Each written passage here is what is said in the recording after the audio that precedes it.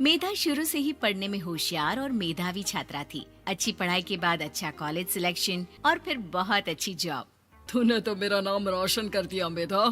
अरे लेकिन ये जो काम करने का तरीका है ना, इसे बदल ले। 18 घंटे काम करेगी तो कल को बच्चा कैसे संभालेगी? तुम्हारी तरह पागल नहीं हूँ माँ, जो बच्चे और परिवार में फंस जाऊँ। मैं तो जिंदगी खुल कर जीऊंगी। सब कहने की बात होती है बेटा, अपने बच्चे का सुख हर कोई चाहता है। वक्त बीतता है और मेधा की शादी हो जाती है।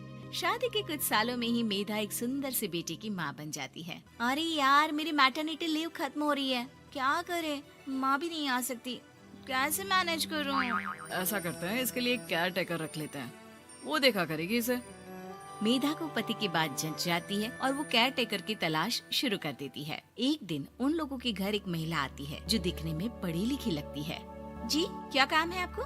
मैम, मेरा नाम स्नेहा है। आपका एड देखा केयर टेकर का, क्या मैं आपके यहाँ काम कर सकती हूँ? हाँ, क्यों नहीं, लेकिन आप तो अच्छे घर की लगती हैं, फिर नौकरी क्यों? दरअसल मेरे ससुराल वालों ने मुझे घर से निकाल दिया क्योंकि मैं माँ नहीं बन सकती और माता पिता भी नहीं है इस दुनिया में। तो अरे अरे, कोई बात नहीं, तुम लक्ष्य को ही अपना बच्चा समझो और यहीं रहना, और किसी भी चीज की जरूरत हो ना तो बता देना। नेहा खुशी खुशी लक्ष्य को संभालने लगती है। रात को जब मेधा घर पर आती है, अरे क्या बात है स्नेहा, तुमने खाना नहीं खाया क्या? अरे दीदी, आपका बेटा टाइम दे तब ना। अरे तो जब वो सोता है तब खा लिया करो। तब तो मैं इसके पास ही बैठी रहती हूँ। कोई मच्छर या कीड़ा काट ले लक्ष्य को तो अब आप पकड़ो, मैं खाना खा लेती हूँ। स्नेहा वहाँ से चली जाती है। बहुत ही अच्छे से ख्याल रख रही है ये लक्ष्य का। मेधा, इतना तो शायद तुम भी ध्यान नहीं देती। मेधा को पति की बात बुरी तो लगती है, लेकिन कुछ नहीं कहती। धीरे धीरे स्नेहा मेधा और उसके पति के साथ बाहर भी जाने लगी। सुनो, स्नेहा को भी बाजार ले चलते हैं, वो क्या है ना, लक्ष्य को देख लेगी जब तक मैं शॉपिंग कर लूंगी। हाँ हाँ चलो, वैसे मैं चाह रहा था कि लक्ष्य को लेकर हम दोनों ही चलते। क्या यार, तुम तो फ्री में इमोशनल हो जाते हो, कितना देख लेंगे हम दोनों मिलकर, ले चलो उसे। कार से निकलकर मेधा और लक्ष्य रोड क्रॉस कर रहे थे कि सामने से कार आ जाती है। मेधा का ध्यान नहीं होता, लेकिन स्नेहा तुरंत लक्ष्य को मेधा से छीन लेती है। मेधा गिर जाती है और कार मेधा को छूकर निकलती है, जिससे मेधा को खून आ जाता है। पति मेधा को हाथ देकर उठाता है। स्नेहा लक्ष्य को लेकर गले लगाई रहती है। थैंक्स स्नेहा, मैंने तो ध्यान ही नहीं दिया था कि कार आ रही है। स्नेहा का गुस्सा मालकिन पर टूट पड़ता है। अरे कैसी माँ है आप, अगर आज कुछ लक्ष्य को हो जाता तो मैं आपको कभी माफ नहीं करती। छोटा सा बच्चा है, उसे चोट लगती है तो पता है कितनी तकलीफ होती है। पति भी स्नेहा को देखने लगता है कि उसे क्या हो गया।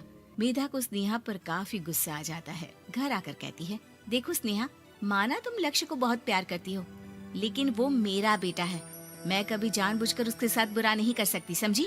मुझे माफ कर दीजिए, मैं लक्ष्य को लेकर कुछ ज्यादा ही सेंसिटिव हो चुकी हूँ। मैं ध्यान रखूंगी कि आगे से ऐसा ना हो। मेधा का मन स्नेहा से अब हटने लगा था।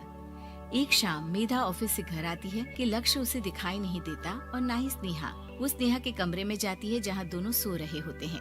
अरे स्नेहा, लक्ष्य को आज इस कमरे में क्यों सुला दिया? दीदी, मुझे नींद आ रही थी, ऐसे में उसे कमरे में अकेले लिटाना मुझे ठीक नहीं लगा। मेधा बच्चा उठाने लगती है कि स्नेहा टोक देती है। रहने दीजिए ना दीदी, सो रहा है, फालतू में नींद खराब हो जाएगी। मेधा को गुस्सा आ जाता है और वो बच्चा उठाकर वहाँ से चली जाती है। अगले दिन मेधा स्नेहा को बुलाती है, साथ में एक और लड़की खड़ी होती है। स्नेहा, अब तुम अपना कुछ और देख लो, हम लोगों को नई केयर टेकर मिल गई है, तुम इस हफ्ते घर छोड़ देना। स्नेहा का मन लक्ष्य को छोड़ने का नहीं करता, लेकिन नौकरी तो नौकरी होती है ना। स्नेहा घर से चली जाती है। धीरे धीरे महीने और साल बीतते जाते हैं और लक्ष्य एक नौजवान लड़का हो जाता है। लक्ष्य, आज मुझे मंदिर जाना है, ले चलोगे? ठीक है माँ, एक काम करके अभी वापस आता हूँ, तब तक आप और पापा दोनों तैयार हो जाइए। दोनों तैयार होकर बैठ जाते हैं, लेकिन लक्ष्य काफी देर तक नहीं आता। अरे मेधा, फोन तो करो लक्ष्य को, देखो क्या हो गया उसे। मेधा फोन करती है तो पता चलता है कि लक्ष्य का एक्सीडेंट हो गया है और वो सिटी अस्पताल में है। जल्दी चलिए, पता नहीं कैसा होगा मेरा बेटा। अरे चिंता ना करो, सब ठीक होगा, मैं अभी कार निकालता हूँ। दोनों मियाँ बीवी अस्पताल पहुँचते हैं, जहाँ वो लोग देखते हैं कि लक्ष्य बिस्तर पर पड़ा होता है। एक महिला इन्हें यहाँ लेकर आई है, वो वहाँ बैठी है, लेकिन फिलहाल तो आप लोगों को इनके लिए किडनी का प्रबंध करना होगा। एक्सीडेंट में इसकी किडनी डैमेज हो गई है। मेरी ले लीजिए डॉक्टर साहब, मेरे बेटे को बचा लीजिए। नहीं नहीं, आप माँ हैं, आपकी नहीं ले सकते, पिता की भी नहीं। आप किसी रिलेटिव या दोस्त से पता कर लें, और हाँ थोड़ा जल्दी करें क्योंकि देर होने से मामला बिगड़ सकता है। मेधा बैठकर रोने लगती है कि वहाँ डॉक्टर आ जाते हैं। जिस औरत ने आपके बेटे को यहाँ भर्ती कराया था वो अपनी किडनी आपके बेटे को देना चाहती है। हाँ? कौन है वो? कहाँ है वो? तभी वहाँ स्नेहा आ जाती है। स्नेहा तुम? मैं लक्ष्य को पहचान नहीं पाई थी, लेकिन आप लोगों को देखकर समझ गई कि ये लक्ष्य है, इसलिए वापस आ गई। मैं अपनी किडनी आपके बेटे को देना चाहती हूँ। मेरी अपनी तो कोई औलाद नहीं, लेकिन लक्ष्य में मैंने हमेशा अपना बच्चा देखा। तुम धन्य हो स्नेहा, जो इतने साल में भी लक्ष्य को भूल नहीं पाई।